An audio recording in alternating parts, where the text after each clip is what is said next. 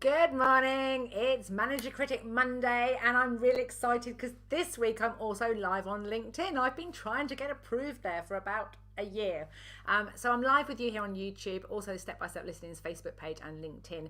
And today we're talking about Change Checker. The reason why I'm talking about this is I spend a lot of my time as a coach helping people to get motivated to take action.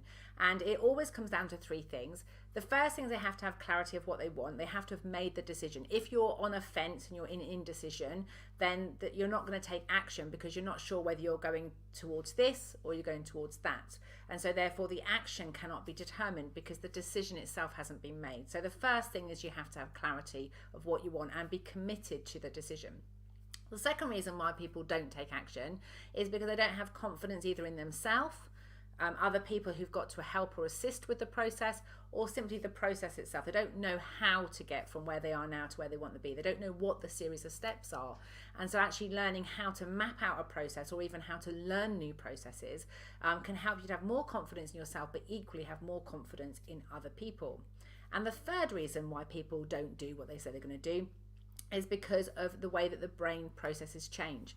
So those of you that have got my book, Manager Critic From Overwhelm to Clarity in 7 Steps, on page 41, I talk about the triune brain, and I'm going to talk a little bit about that today. Is a model I come back to time and time again, and I'm finding as I write second book, Do, Delegate or Ditch, it really is, it's the fundamental is to understanding this. So in order for us to have clarity, we have to be in the neocortex part of our brain. We need to be in that part of brain where we can problem solve, we can track patterns, we can predict the future, anticipate what's going to happen a few steps ahead. We have to be able to reflect back on past experiences, and in order to be in that neocortex part of the brain, we have to feel safe. And so some things that can stop us from feeling safe is when things are changing a lot.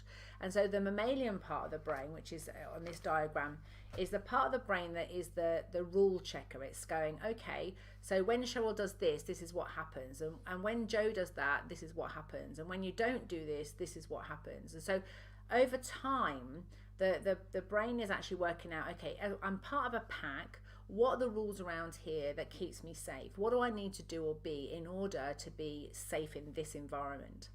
And because it's tracking change, if there is loads and loads and loads of change that's coming up, and therefore what used to work isn't working, that part of the brain can become very unsettled, and so it can put us into a state of flight, or freeze. We can then, it takes all the blood from the neocortex part of the brain and the oxygen, sends it out to the hands and the feet so that we can fight, or flee. Which means that when we are making decisions, when our mammalian brain is unsettled because it can't predict any longer whether this is going to happen or it's not going to happen, when we make decisions, they tend to be placed from a place of survival rather than thriving. They'll get us out of this pickle right now, but it won't necessarily be effective. So, for example, if you want to do something, and the thing that you want to do is going to cause your partner not to be very happy, or the children are going to moan, or your clients might be a bit disgruntled because you decided to stop a program that you used to run and they loved it. If the thing that you're going to do is going to create change, and that change is anticipated that's going to potentially make you feel unsafe, then your mammalian brain will recall all of that blood and oxygen in order to get you prepared for a fight, flight or flee. And so being aware of how much change is going on, and being aware of what impact it's having, and the way that you talk about yourself, which is where the manager critic comes in, is the way that you talk to yourself and about yourself in relation to change can have a massive impact on the quality of your decisions, but more importantly, the action that you take. Good morning, Paul. Thank you so much for joining me today. We're talking about the change checker.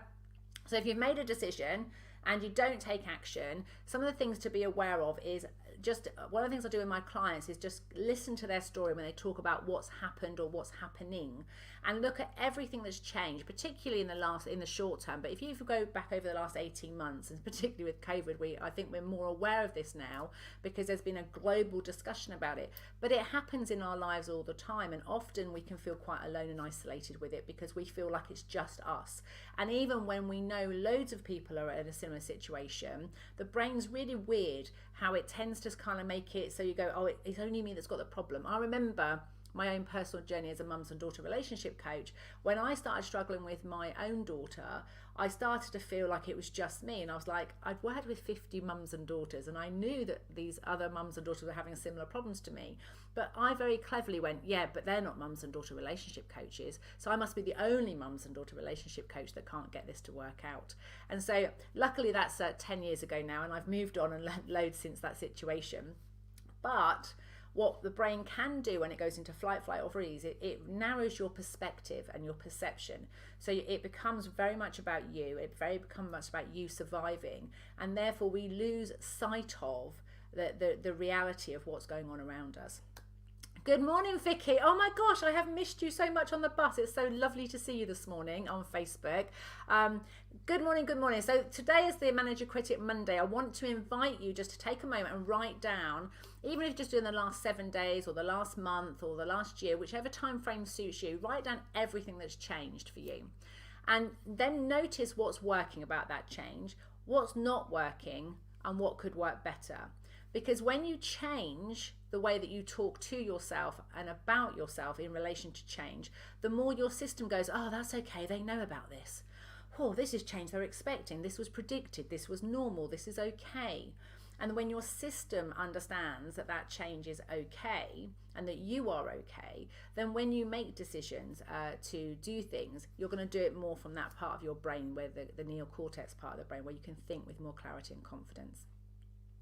So you can do past changes, but also if you think about the thing, that if there's something you'd like to have happen and you are not doing it, you're not taking action, have a think about what will the impact be? What kind of change will that evoke? And nearly always when I talk to my clients, because I tend to attract people who are people pleasers, who like everyone else to be happy, they don't want to upset anybody, nearly always the thing that's stopping them from doing it is they're anticipating in advance maybe a sad face or a disappointed or even a bit of conflict or a bit of grunting, a bit of moaning from family members or clients or colleagues. I've known people who are running courses and programs that they no longer feel the joy for. This doesn't fit with their lifestyle anymore, but it's because they don't want to let clients down. And instead of doing what's right for them, they keep pushing on and pushing on, but of course they get less and less motivated and they don't want to do it. And then they get critical of themselves for not doing it. But the reason they're doing it isn't because it's what works for them, it's because they don't want to upset other people. It's the anticipated impact of the change. So with the change checker, if you are saying you want to do something but you don't do it, have a look at what change has happened and think about how you're talking to yourself and about yourself in relation to that change. What could you say differently to reassure your system that you are okay? Secondly, if there is going to be some anticipated change that you're not, you're unsettled about, or you're worried about what other people are going to think, or it might even be you. I know for me, I've had 3 weeks offline. I haven't had to look in a mirror or be on a camera. And I was yesterday thinking, I also remember the minute I get on the camera and I see myself again, my system will go, oh yeah, we've been here before. It's fine. We know what we're doing. So just reminding myself that whilst I felt quite happy loafing around all day yesterday, being very relaxed, I also know the minute the alarm goes off on my first day back to work, my system is back in place and it will remember it. So looking at the anticipated change and thinking about the way you're talking about it to yourself and others can make a difference on how you make decisions. Paul's got, I hate saying no to helping someone doing a gig, for example, even if I know 100% that I can't be there. And so knowing that, and I'm not sure whether they're going to cut me off at 10 minutes on LinkedIn. So if we do, I'll come back and answer this by typing with you, Paul. But in the last 40 seconds I've got, if I have on LinkedIn, what I want you to think about is when you hate saying no, what kind of hate is that? And whereabouts is that hate? And think, does it have a shape or size? And where does that hate come from? And I'm going to invite you to be curious. Your model will be different and unique to yourself. And anybody that's watching the video later, or if Vicky, if it applies to yourself, is that often in my experience, it's because we have asked for help and someone said no to us. So, and we remember what it felt like to be rejected or not helped. And that's why one of the things I talk about, Pete, with my clients is making sure you develop a really strong support network when you get through change.